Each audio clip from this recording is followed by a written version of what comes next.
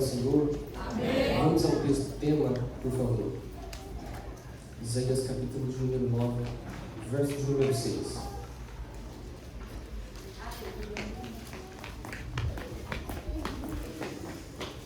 Capítulo 9 de Isaías, verso de número 6. Enquanto você procura, quero louvar a Deus por retornar aqui. Muito bom o microfone, você podia deixar assim, por favor. Quero louvar a Deus pela oportunidade de retornarmos aqui. Bom é estarmos na casa de Deus e sentirmos de perto os teus cuidados. Louvamos a Deus pela vida do anjo desta igreja, mesmo na sua ausência. Pastor Cleiton, eu quero louvar pela sua família, pelo espaço cedido mais uma vez. Bruno, Andréia, toda a liderança do grupo, muito obrigado pelo carinho, pelo espaço cedido. Me sinto muito honrado em poder ministrar a vocês uma palavra de Deus nesta festa, nesta data tão importante. Os companheiros aqui da tribuna, obrigado também, é um prazer nós estarmos juntos. Louvar a Deus, Giovanni, muito bom prazer vermos, grupo do Uruguai, todos os irmãos que aqui estão, todo o grupo do Marcos também, tudo muito bonito, tudo para a honra e agora do nosso Deus. Eu quero louvar a Deus também pela vida dos meus pais e do meu irmão que me acompanham, e por onde passo sempre falo e sempre honro e sou grato a Deus pelos pais que tem, pela família que tem, são instrumentos de Deus na minha vida e me acompanham sempre que podem, e é muito bom nós termos a nossa casa como canal de bênção a outros. Trago também a companhia, a caravana ali de Souza, Débora, Raquel, Marcelo e Gerson. Gerson está lá fora, Gerson está ali, Gerson já entrou. Pastor Gerson, por onde eu passo, eu honro ele, porque o pastor Gerson foi alguém que sempre acreditou em mim desde o começo. Quando eu pregava na congregação apenas do Jardim Belmonte, estudo nas casas, o pastor Gerson sempre estendeu a mão, sempre acreditou. Hoje tem pessoas ao meu lado que batem nas minhas costas e dizem que apoiam, mas a gente sabe que não é assim. Mas o pastor Gerson sempre esteve comigo desde o começo, então sempre onde passo, honro ele. E se precisarem de alguém para pregar, está ali também. Acho que vocês chamarem ele, o problema é que vocês não vão querer mais me ouvir, ele prega muito. Então, está ali a indicação. Muito obrigado, pastor Gerson, Marcelo, Débora e Raquel. É muito bom nós estarmos aqui. Quantos vieram para ouvir a voz de Deus? Pode dizer amém? Esse tema, Isaías 9,6, diz assim: porque um menino nos nasceu, um filho se nos deu, o governo está sobre os seus ombros, ele será chamado Maravilhoso Conselheiro. Veja que são um nome composto aqui em um só. Maravilhoso Conselheiro, Deus Forte, Pai Eterno, Pai da Eternidade, Príncipe da Paz. Nós vamos ler mais uma vez. Porque um menino nos nasceu, um filho se nos deu, o governo está sobre os seus ombros, e ele será chamado Maravilhoso Conselheiro, Deus Forte, Pai da Eternidade, Príncipe da Paz. Evangelho de Mateus, capítulo de número 1.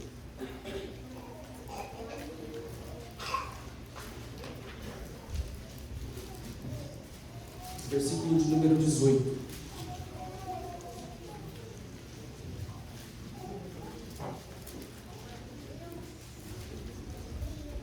Evangelho de Mateus, capítulo de número 1, versículo de número 18. Quando acharam o texto, digam amém. Amém. Diz assim: foi assim o nascimento de Jesus Cristo.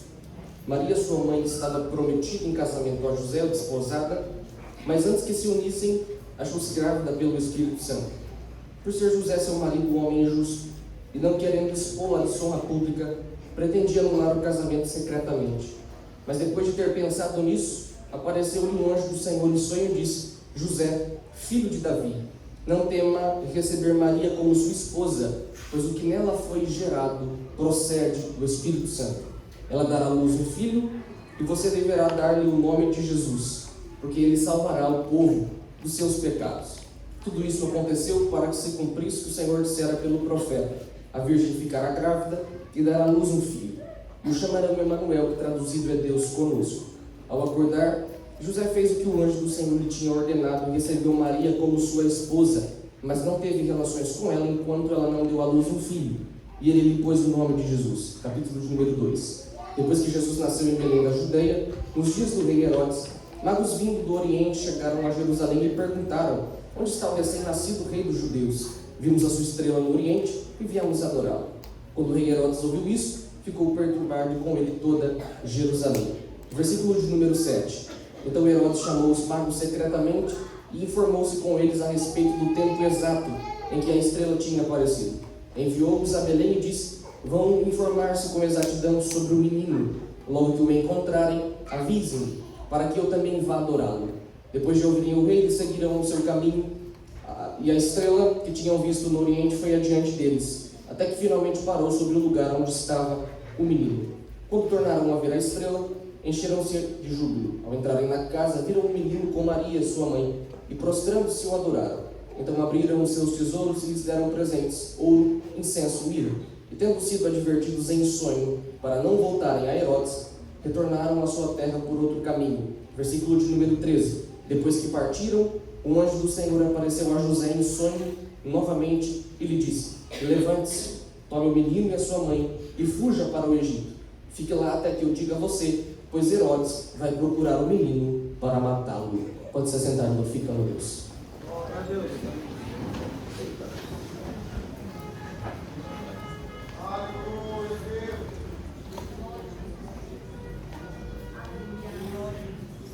Se acomode, por favor.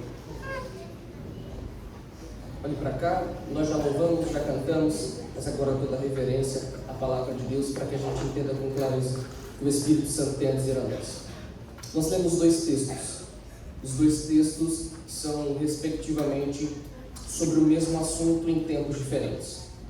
Isaías vai profetizar 700 anos antes de Cristo nascer. E 700 anos depois, nós encontramos Mateus escrevendo sobre o nascimento de Cristo. Existem inúmeras referências sobre Jesus no Antigo Testamento, a ponto de que nos dá legalidade de dizer que todo o Antigo Testamento, grave isso, nos dá legalidade de dizer que todo o Antigo Testamento testifica de Jesus. Lembra? Já nos primeiros capítulos do Gênesis, após a queda do homem, surge a promessa sobre um que esmagaria a serpente. O próprio Deus foi o primeiro pregador a pregar sobre a cruz. O próprio Deus foi o primeiro pregador a pregar sobre Cristo. Ele disse à serpente: porém inimizade entre ti e a mulher, porque da semente dela nasce um, que você fere o calcanhar, mas ele esmaga a sua cabeça. O tempo passa, Deus faz um pacto com Abraão. Quando Deus faz um pacto com Abraão, Deus lhe promete bênçãos, e essas bênçãos estavam ligadas à sua descendência. Mas essas bênçãos que Deus promete a Abraão, ou tal pacto, estava ligado diretamente a Jesus, porque Jesus era o grande descendente de Abraão. Olhe para cá, mais tarde, o tempo passa. Lembra quando Abraão sobe ao Moriá para sacrificar Isaac?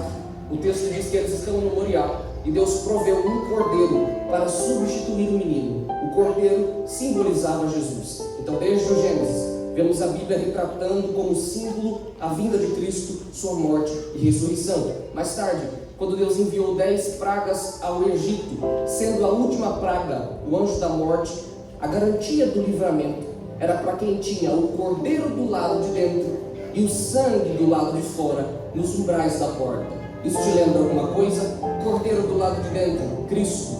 Umbrais da porta, madeira, sangue, aquele que foi vertido por nós na cruz do Calvário. No Antigo Testamento, ou durante todo o Antigo Testamento, Deus vem mostrando como uma sombra parte do seu propósito que resultaria e que seria cumprido na pessoa de Jesus Cristo. Eu gostei do tema de vocês porque nos diz exatamente sobre isso. O profeta Miqueias profetizou que o Messias nasceria em Belém.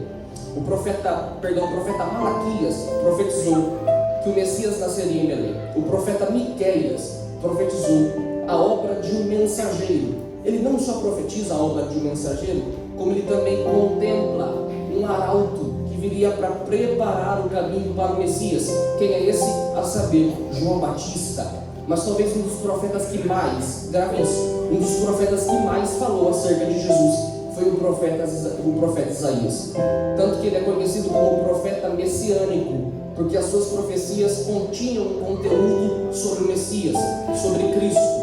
Há 740 anos atrás, aproximadamente, antes de Cristo nascer, as palavras do profeta Isaías eram: portanto, o mesmo Senhor vos dará um sinal, eis que a virgem conceberá e dará à luz um filho, e colocará o seu nome de Emanuel, que traduzido é Deus conosco. Suas palavras foram o texto tema: porque um menino nos nasceu, um filho se nos deu, o principado ou o governo ou o reino estará sobre os seus ombros, e seu nome será Maravilhoso Conselheiro, Deus Forte, Pai da Eternidade e Príncipe da Paz. Isaías 11:1, ele diz assim: porque brotará um rebento do tronco de Jessé, e das suas raízes um renovo frutificará. Renovo no texto hebraico é nazareno. Então, profetiza no capítulo 11 também sobre o Nazareno. No capítulo 35 ele diz assim: e virá o seu Deus virá, e os olhos dos cegos se abrirão, os ouvidos dos surdos também serão abertos, os coxos saltarão de alegria, e a boca dos mudos será destravada, eles louvarão, porque virá este trará alegria, este fará brotar. Aleluia! Nós chegamos no livro de Mateus, no capítulo de número 1, eu quero pregar sobre o processo do projeto e as suas lições. Jesus era um projeto de Deus. Eu quero pregar sobre o nascimento de Cristo, sendo fiel ao tema que vocês escolheram, porque um menino se nasceu, um filho se nos deu, e seu nome será Maravilhoso Conselheiro, Deus Forte, Pai da Eternidade, Príncipe da Paz. Jesus era um projeto de Deus, mas esse projeto precisava nascer de algum lugar. Esse projeto precisava se iniciar em alguma família. Quando nós olhamos para o Antigo Testamento, segundo o livro do profeta Samuel, capítulo de número 7, verso de número 16, Deus disse o seguinte a Davi: o seu trono será para sempre. Olhe para cá, como que Deus vai dizer a Davi que o trono de Davi seria para sempre se Davi morre? O que na verdade Deus está dizendo a Davi, ele estava se referindo a um futuro rei na linhagem de Davi, que reinaria para sempre. Por isso Mateus inicia o capítulo, deixa sua Bíblia aberta no capítulo 1 de Mateus. Por isso que Mateus inicia o capítulo no verso 1. Olhe para o verso 1. Mateus inicia assim: registro da genealogia de Cristo, filho de Davi, filho de Abraão. A expressão filho de Davi, ou a palavra ali no grego, não é a ideia de filho por parte de pai, mas dá a ideia de ancestral, descendente. Então, Mateus está registrando a genealogia de Cristo, descendente de Davi, descendente de Abraão, aquele que vem da linhagem. Mas o capítulo 1 não fala apenas da genealogia, e sim do nascimento de Jesus, o Rei Eterno. É por isso que dentre os versículos que nós lemos, há algumas lições de Deus e eu quero compartilhar com vocês aqui. Vamos ler o texto, versículo de número 18, deixe sua Bíblia aberta. Mateus começa relatando assim: foi assim o nascimento de Jesus Cristo. Maria, sua mãe, estava prometida em casamento a José, mas antes que se unissem, achou-se grávida pelo Espírito Santo. Eu gosto disso, porque o nascimento de Jesus traz em si muitos sentimentos e muitas reações.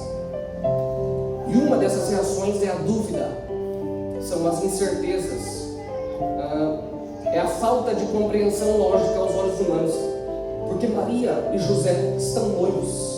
E o texto diz assim: mas antes que se unissem ou se casassem, achou-se grávida pelo Espírito Santo. Isso mexe com a gente. Uma jovem virgem aparece grávida, estando noiva de José. Já pensou qual seria a nossa reação se Maria, nos tempos de hoje, nos viesse trazer a notícia dizendo: eu não me relacionei com ninguém, mas eu estou grávida? O anjo aparece, Mateus não relata, mas Lucas relata que o anjo aparece e diz a Maria: agraciada és tu, porque Deus te escolheu para colocar no seu ventre uma semente que vai salvar a todos, que vai redimir a muitos dos seus pecados. Ou alguém que ainda diz que a Bíblia é machista, conta outra, vai para lá. Deus olhou para uma mulher e disse: eu vou colocar o meu filho lá dentro, uma mulher vai segurar na mão dele, uma mulher vai levar. Mas o texto diz que ela estava noiva de José. O casamento judaico, eles são judeus. O casamento judaico se dividia em pelo menos duas etapas. Primeiro, as duas famílias concordavam com a união. Segundo, era feito um anúncio público. E esse anúncio público é o que nós conhecemos como noivado aqui. O relacionamento judaico era levado tão a sério que ele só podia ser quebrado por traição ou por carta de divórcio, mesmo que eles ainda não teriam se casado.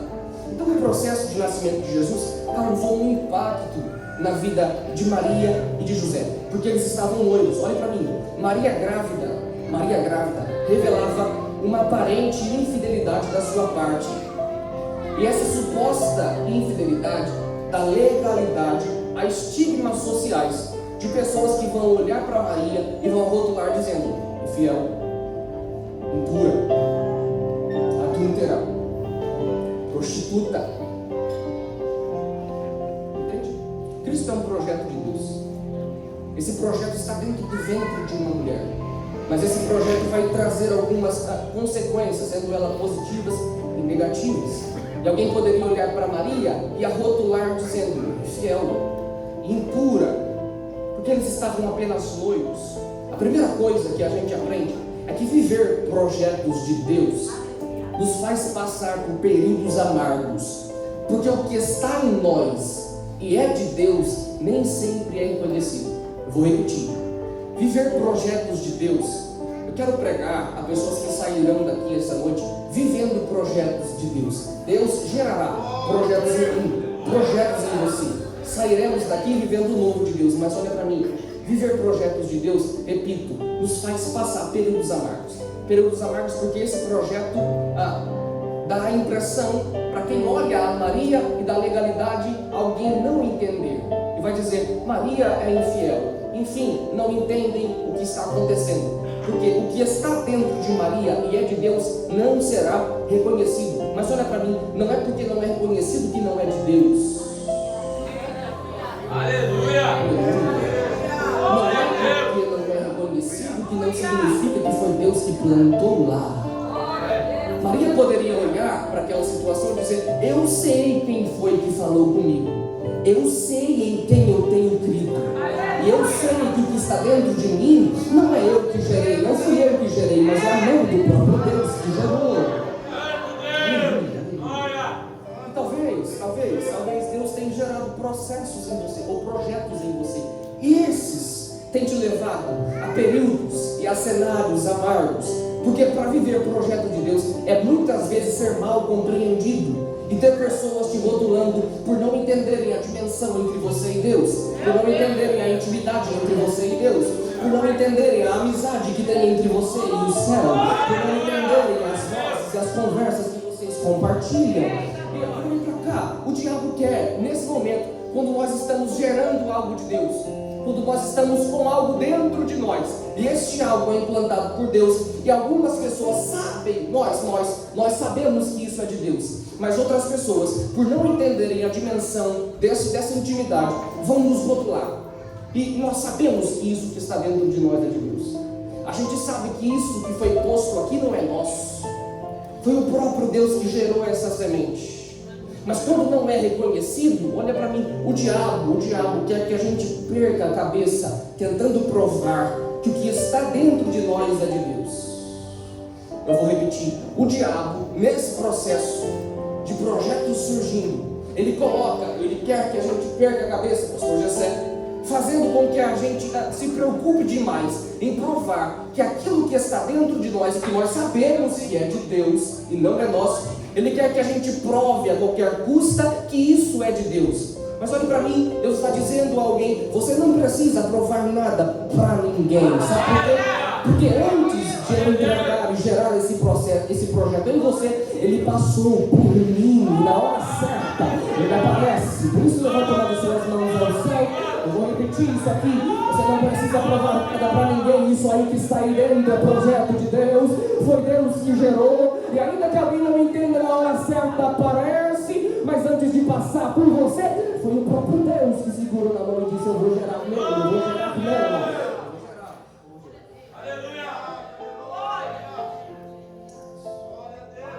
Mas olha para mim, por que Deus escolhe Maria e José? Por que Deus escolhe?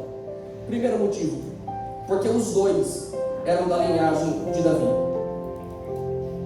A promessa de que viria o Messias está sobre a linhagem de Davi. Deus disse a Davi: haverá um descendente e o seu trono não vai acabar. Então Maria e José eram descendentes de Davi. Primeiro motivo, porque Deus ter olhado para eles e escolhido.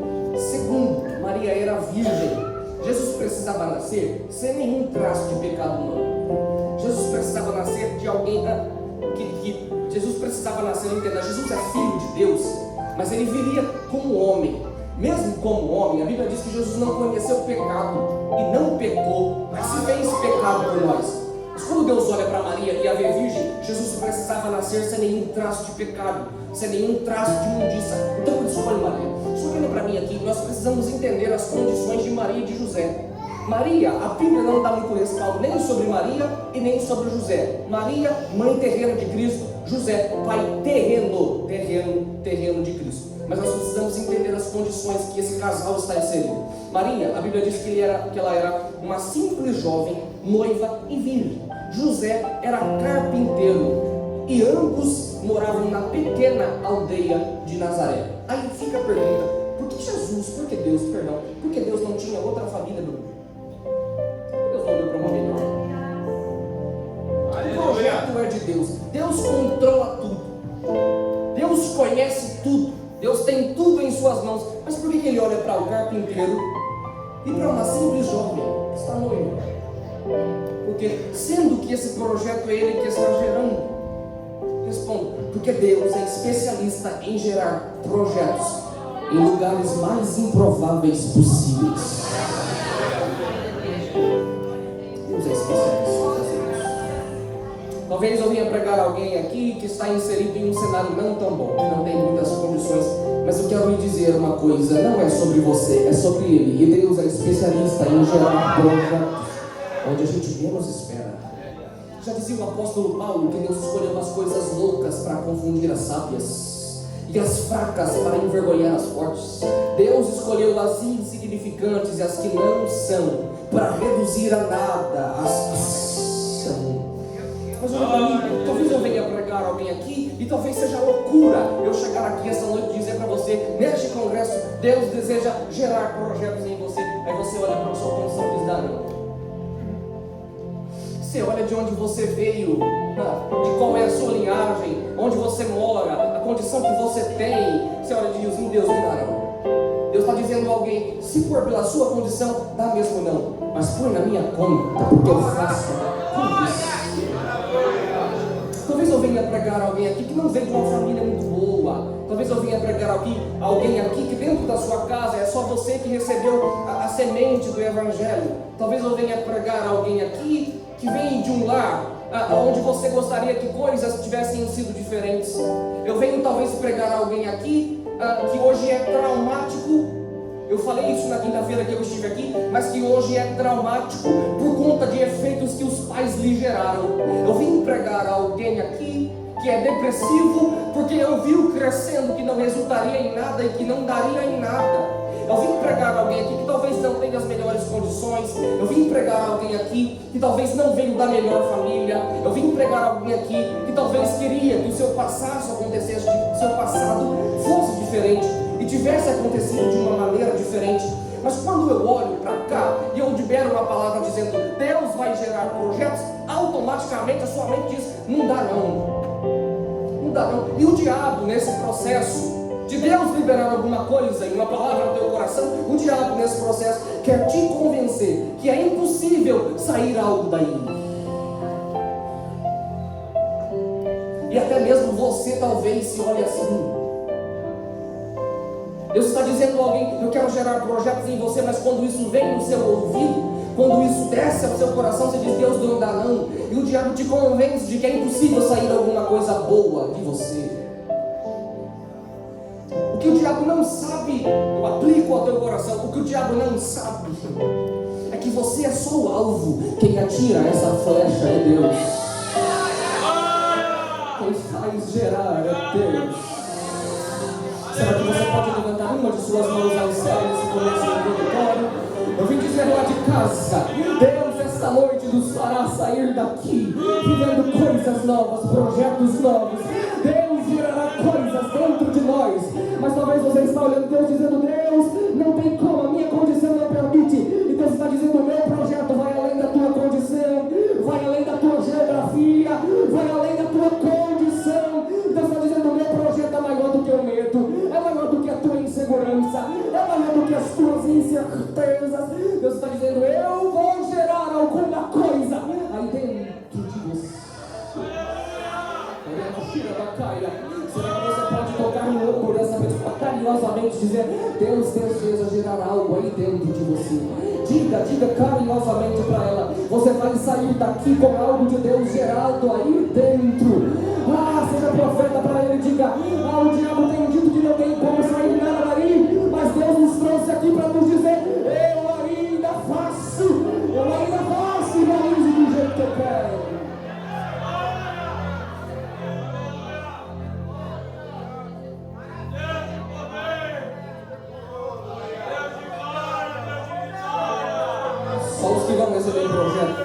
barulho de glória, faça alguma coisa. E ela chorando,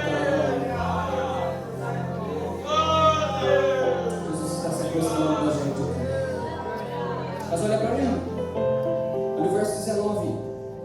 Por ser José, quando soube que Maria estava grávida, por ser José, seu marido, um homem justo, e não querendo expô-la à desonra pública, pretendia anular o casamento secretamente.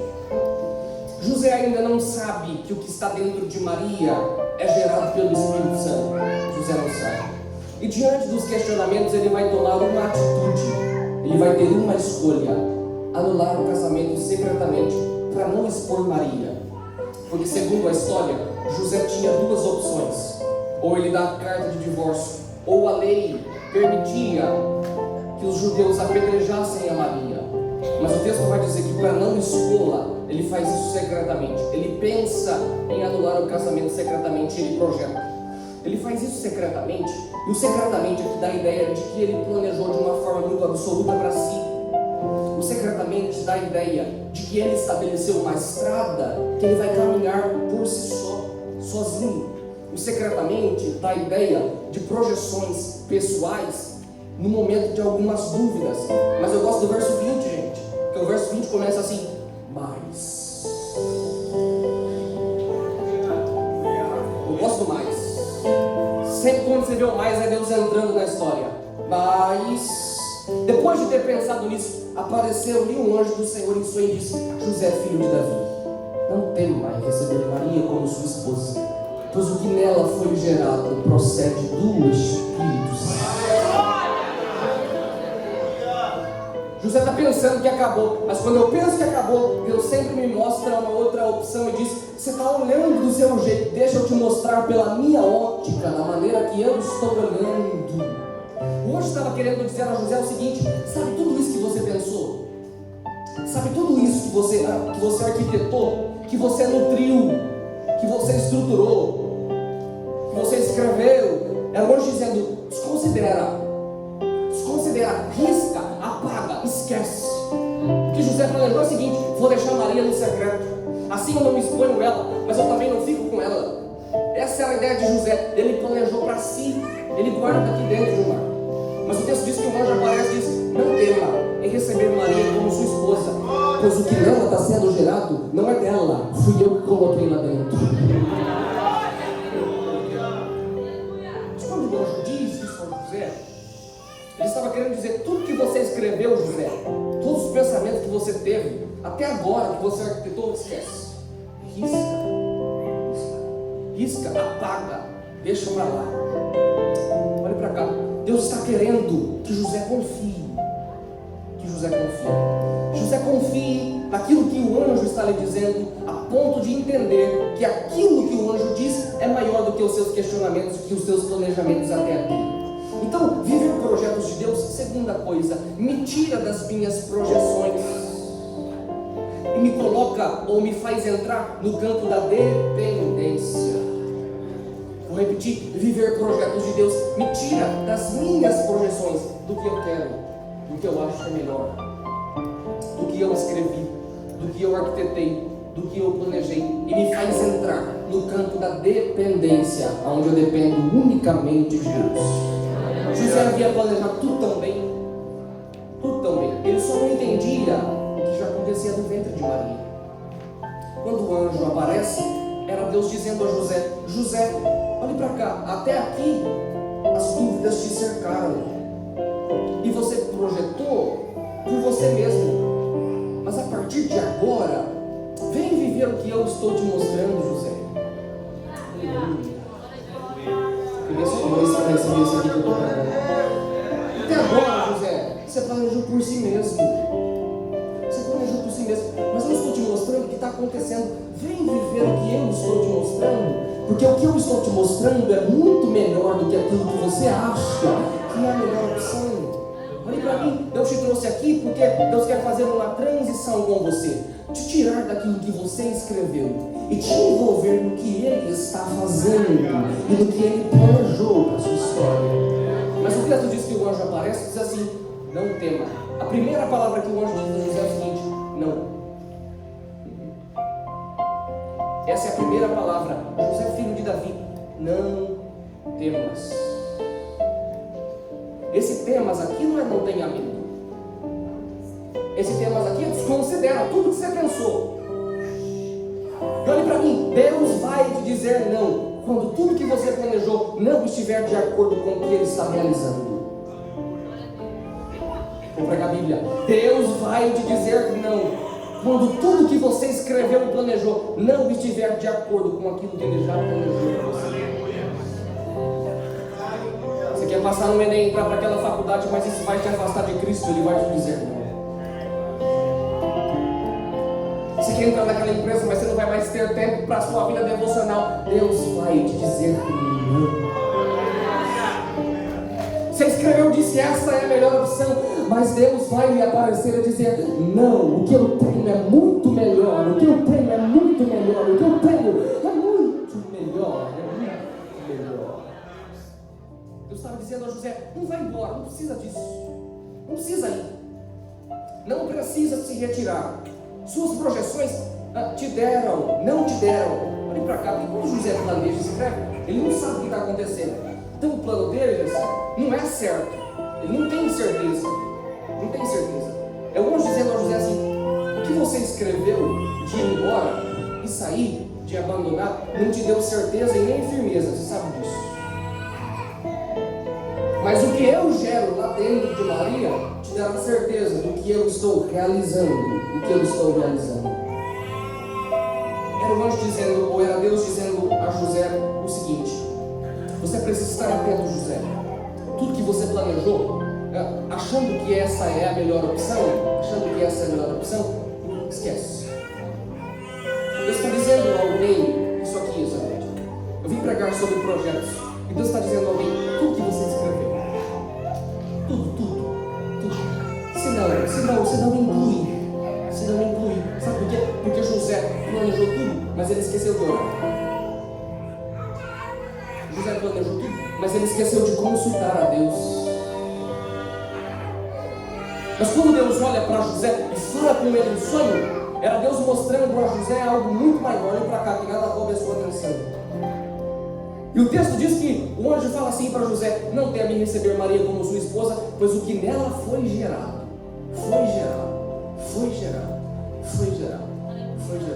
procede do Espírito Santo. Ninguém colocou lá, foi gerado. Não é dela, foi gerado. Ela não teve controle, foi gerado. Deus disse, o que foi gerado não vai gerar, já foi gerado dentro dela. Não vai gerar, já está acontecendo lá dentro. Alguém não entendia, Deus estava gerando. Alguém julgava e Deus estava gerando. Era um anjo dizendo, você não via José, mas eu já estava gerando lá dentro, já estava sendo gerado. E quando você planejava ir embora, estava acontecendo. Quando você queria abandonar, já tinha algo lá dentro de Maria. Alguém duvidava do lado de fora, mas eu já gerava do lado de dentro, eu já mexia lá dentro. Porque Maria, olha para cá, entenda isso, Maria foi alvo do que Deus queria gerar. Oh meu Deus do céu. Simples, Maria, mas Deus gerou. José carpinteiro, mas Deus gerou.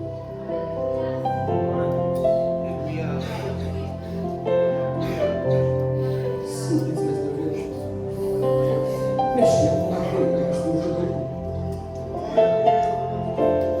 E é simples, não tem nada, é uma jovem, mas Deus gerou.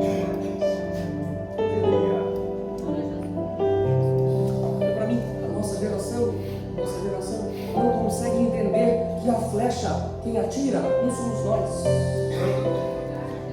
A flecha, quem atira, é Deus. Nós somos só o alvo daquilo que Deus quer gerar. Por isso, se puder, olhe para essa pessoa carinhosamente, vamos interagir e diz a ela, você é alvo daquilo que Deus quer gerar. Eu queria que você fechasse os seus olhos por alguns segundos. E se prepare para ser alvo daquilo que Deus quer gerar.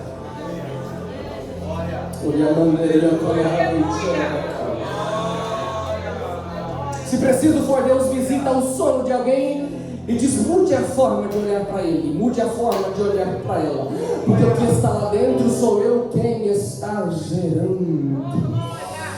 Está dizendo alguém: se prepare para ser alvo das minhas manifestações, se prepare para ser alvo dos meus projetos, se prepare para ser alvo das minhas histórias, se prepare, se prepare. Deus está quebrando toda sentença liberada. Ou talvez você cresceu ouvindo que não sairia nada daí. Deus está dizendo a alguém: você é alvo daquilo que eu quero gerar para cumprir os meus propósitos. Segure a mão dessa pessoa que está do seu lado, por favor. Você não é o que o diabo disse que você é. Você não é o que você cresceu ouvindo que você seria. Você não é o que a sociedade disse que você é. Você é alvo que Deus vai atirar a flecha. Você é alvo dos projetos de Deus. Você sai daqui com essa certeza no coração: eu não posso, mas Ele pode. Eu não faço, mas Ele faz. Eu não sou, mas Ele é. Eu não consigo, mas Ele consegue. Você sai daqui com a ideia de inferioridade para lá. E Deus está dizendo: você é alvo daquilo que eu quero gerar.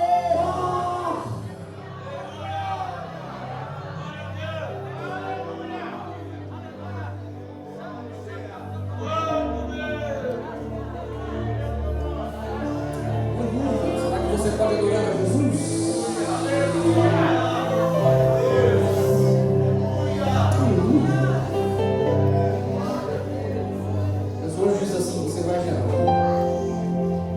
Você gerar salvará o seu povo dos seus pecados.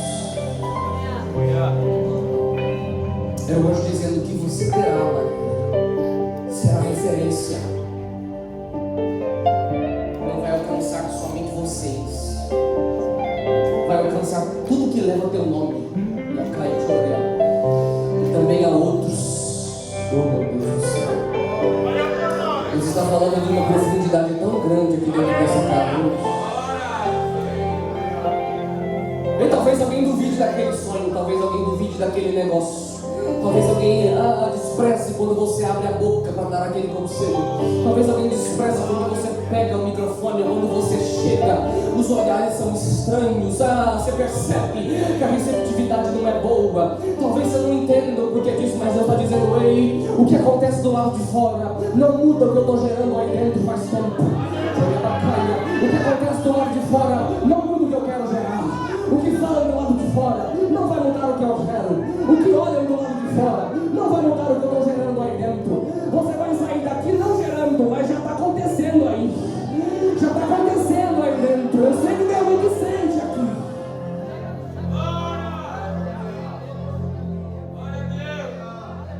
Orar o nome dele de Jesus. A forma grega de Josué: o Senhor salva. Yeshua. E pôr o nome dele de Yeshua. Ele é a nossa referência. Nós ainda acreditamos que é Ele quem salva, cura, batiza. O nome dele é Jesus. E colocará o nome dele de Jesus, porque tirará os pecados do povo. Jesus não veio para passar por para pecar de ninguém. Jesus veio para tirar. João Batista viu ele chegando de longe e disse: eis aí o Cordeiro de Deus que tira.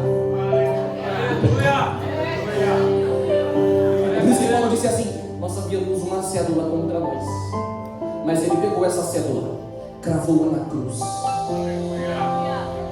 e nos deu acesso ao coração de Deus outra vez. Por nele em nome de Jesus, porque Ele salvará o seu povo dos seus pecados. Nossa referência ainda é Jesus vivente. Ainda é Jesus. O nome dele ainda é Jesus. Posso pregar? Deus me dá autoridade. Nossa referência não é o Justin Bieber.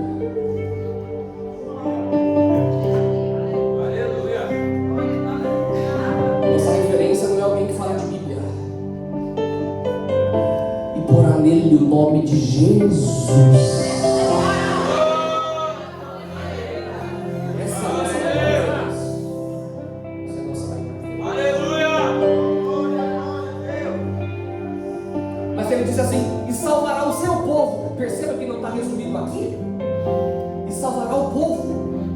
entenda, quando Deus gera algo em você, não se resume apenas a Ele, mas alcança tudo que leva teu nome e também é instrumento para outros. Porque Deus te fez alvo para que você atinja outros. Mas o texto diz assim, no verso 22, a gente caminha para o fim: tudo isso aconteceu para que se cumprisse. Só isso. As estigmas sociais, o que alguém não entendia, os julgamentos tão excessivos a ponto de perturbar o coração de Maria, com a certeza daquilo que está dentro dela não é dela, é de Deus. Mas mesmo estando dentro dela e sendo de Deus, alguém olha e não entende, porque a dimensão é muito profunda. A intimidade entre Maria e Deus vai além da lógica, meu amigo Carlos. Vai além da lógica, vai além da lógica. Mas o texto diz assim: tudo isso aconteceu para que se cumprisse. Talvez você entrou aqui vivendo um cenário que você não entenda, mas Deus está dizendo: é tudo para se cumprir, fica tranquilo. É Deus dizendo: tudo quanto eu falei ao teu respeito, sobre a tua casa e tudo que leva ao teu nome, não vai morrer no meio do caminho, não. É só para se cumprir o que eu já disse lá atrás. Mas o texto diz assim no versículo 24: ao acordar, José fez o que o anjo do Senhor lhe tinha dito. Lembra que José planejou ir embora secretamente? Mas agora o verso 24 muda. Ao acordar, fez o que o anjo do Senhor havia dito. José mudou os planos. Talvez foi desafiador para José tomar Maria como sua esposa. Deus diz que eles casaram, mas não tiveram relações até quando Jesus nasceu. Talvez foi desafiador demais para José. Talvez José passava e alguém olhava estranho. Talvez as pessoas que estavam à volta emitiam opiniões de como José deveria agir naquele momento. Porque quando Deus fala com você, todo mundo quer pôr o nariz para dizer como você deve agir. Mas os que falam não têm a mesma disposição para viverem os projetos de Deus que você vive. Lembra do paralítico lá? 38 anos em cima da cama. Primeiro dia que Jesus o curou e levantou, alguém disse: por que você está carregando a cama no sábado? 38 anos deitado, ninguém se importa. O cara levantou um.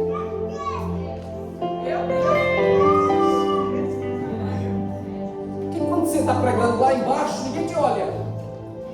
Quando você vai para cima, alguém que fala. Porque quando o projeto está pequeno, ninguém fala. Mas quando cresce, quando você canta na sua congregaçãozinha lá, ninguém olha, ninguém chama, ninguém te faz um convite. Mas quer pôr o nariz na disposição e não tem disposição para viver a mesma intimidade que você tem.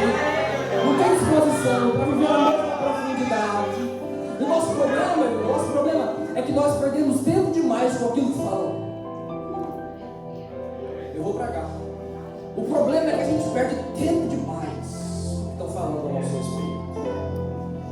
Embora outros desaprovavam a decisão de José, José ficou com o que Deus falou. Deus está dizendo para alguém aqui: fique com aquilo que eu já falei ao teu respeito. Dependendo se alguém entender ou não entender.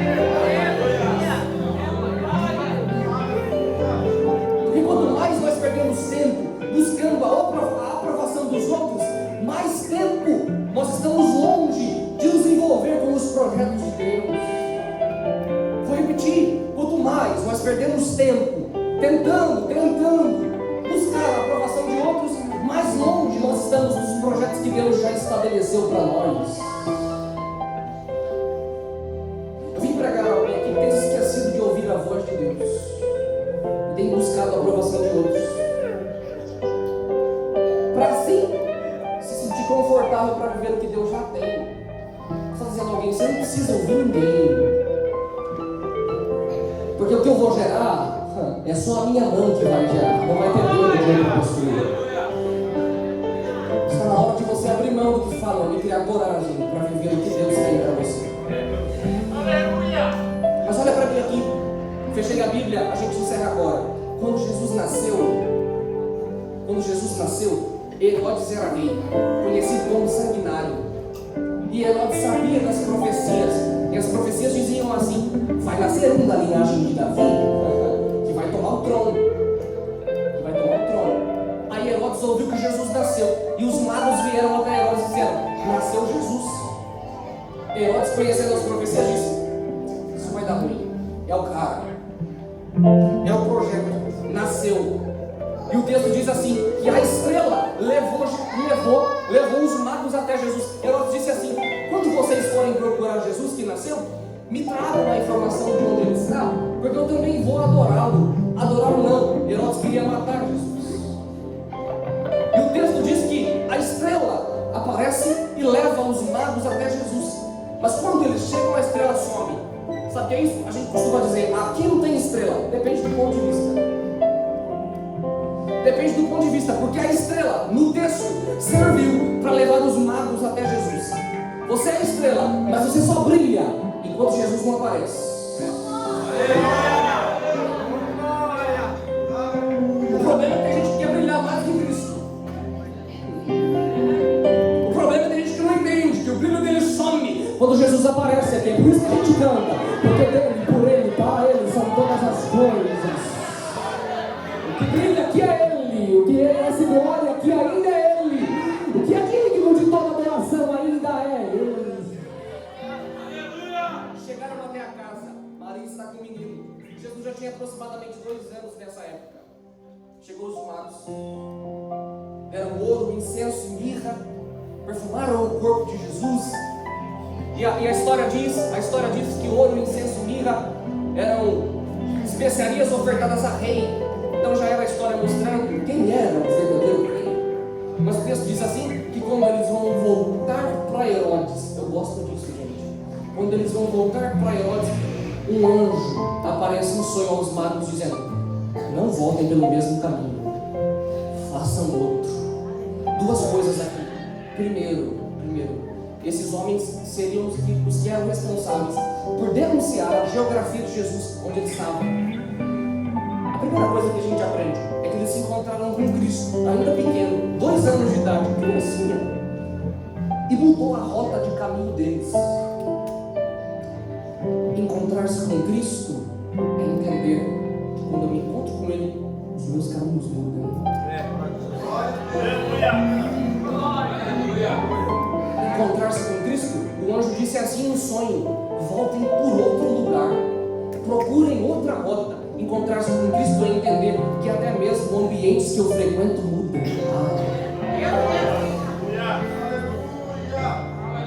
Segundo, esses homens seriam os que denunciariam a geografia de Cristo para Herodes vir matá-lo.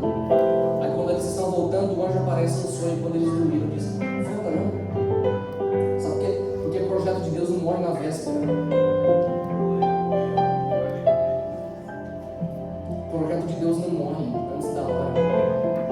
O texto diz assim: e depois apareceu novamente o anjo do Senhor em sonho a José e disse: pega o menino, pega a Maria, vai para o Egito, fique lá, porque Herodes está buscando a criança para matá-lo.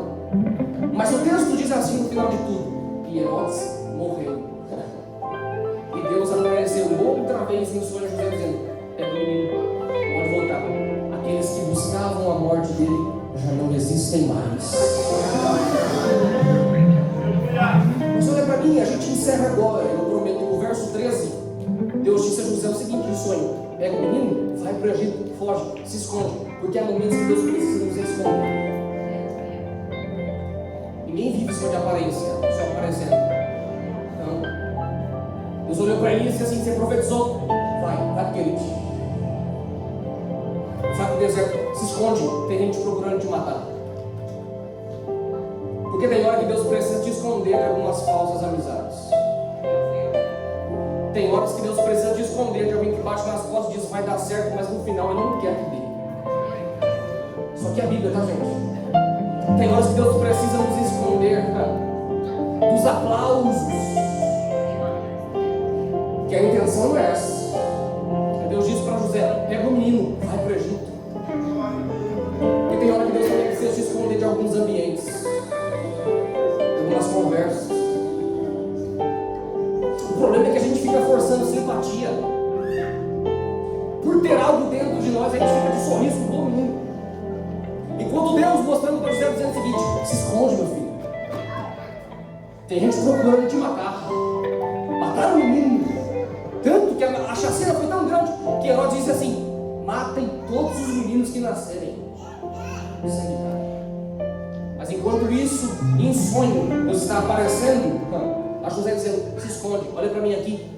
O esconderijo de Deus não mata a gente. Quando Deus se esconde, alguém olha e diz: escondeu, desapareceu, está morto. A esconderijo está lá no Querite. Todo dia a Bíblia diz que tinha pão, carne e água. Manhã, tarde e noite. Ah não, vou repetir isso aqui para você. Elias está escondido lá. Ninguém está vendo. Não tem churrasco no deserto. Não tem uma amiga lá para Elias no Querite. Não tem ninguém lá. Não tem Elias, não chora com ninguém, não conversa com ninguém. É Elias, o riacho de Querite e Deus com os corpos trazendo pão, carne e água. Mas pergunta para mim se Elias morreu. Morreu não. Porque quando Deus nos esconde, Ele não mata. Aquele que habita no esconderijo do Altíssimo não morre, mas a sombra do Onipotente encontra descanso. Levanta a mão para o céu. Deus vai te esconder de algumas coisas, mas não é para te matar. No tempo certo Ele fala com você outra vez. Mas enquanto você está escondido, tem alimento, tem graça, tem mão estendida, tem Deus nesse deserto com você.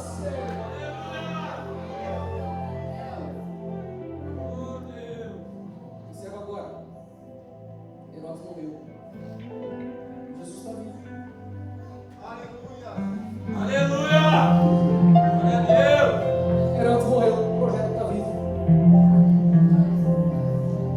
Eu preguei para chegar aqui.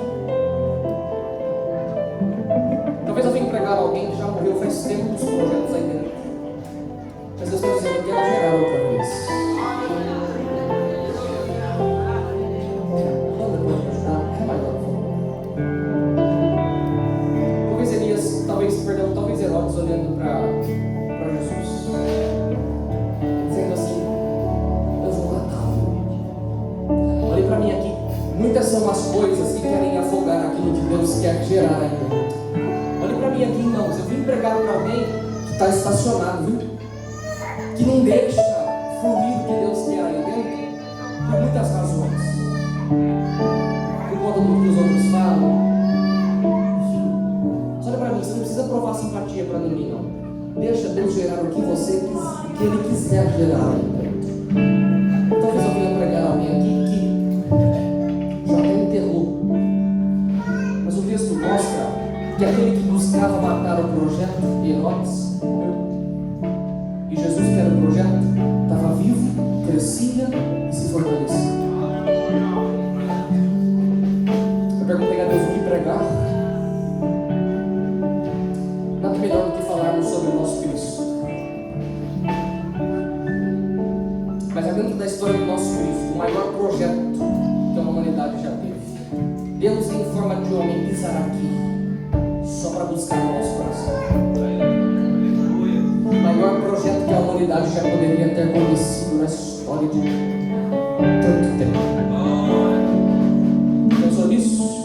Sendo Deus se fez homem, sendo Senhor se fez servo, sendo soberano se fez humilde até a morte de cruz, sendo rei se fez servo, sendo tudo se fez nada, sendo santo se fez pecado por nós. A ponto de Isaías dizer: não havia nele beleza alguma quando subia para nós. Mas Ele levou sobre si as nossas dores e as nossas enfermidades. E pelas suas pisaduras nós fomos salvos. E para mim, Herodes tentou. Feche os teus olhos, por favor. O que Herodes não sabia é que o projeto de Deus não morre. Eu quero dizer a alguém que veio aqui a esta casa que Deus gerou dentro de você, o que Deus tem gerado dentro de você vai morrer. E se morreu hoje, o dono de todos os projetos deseja vir aqui para conversar com a tua alma e para dizer: eu posso fazer outra vez, eu posso gerar de novo. Isso de olhos fechados. Herodes tentou matar,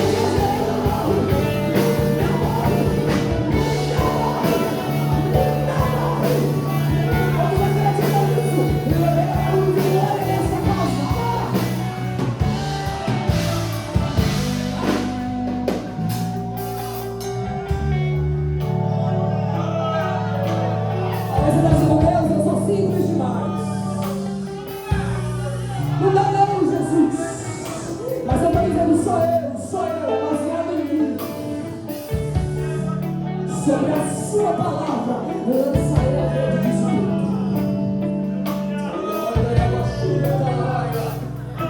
Sentiu a presença de Jesus.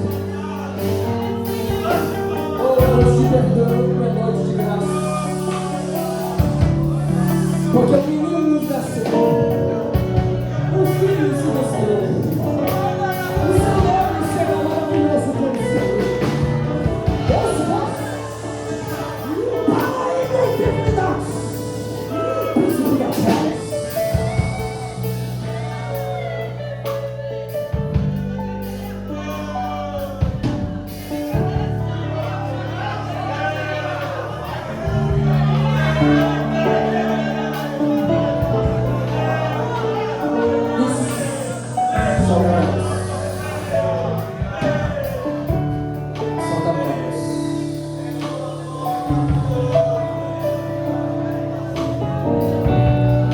Chamas serem reacesas.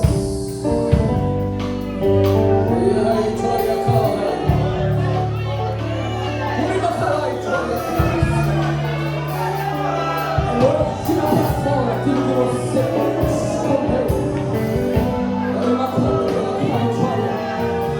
Assim Deus tocando a nossa estrutura aqui. Ao rio de águas vivas sobre esta casa. Deus está dizendo: quem quer mergulha, quem quer entra.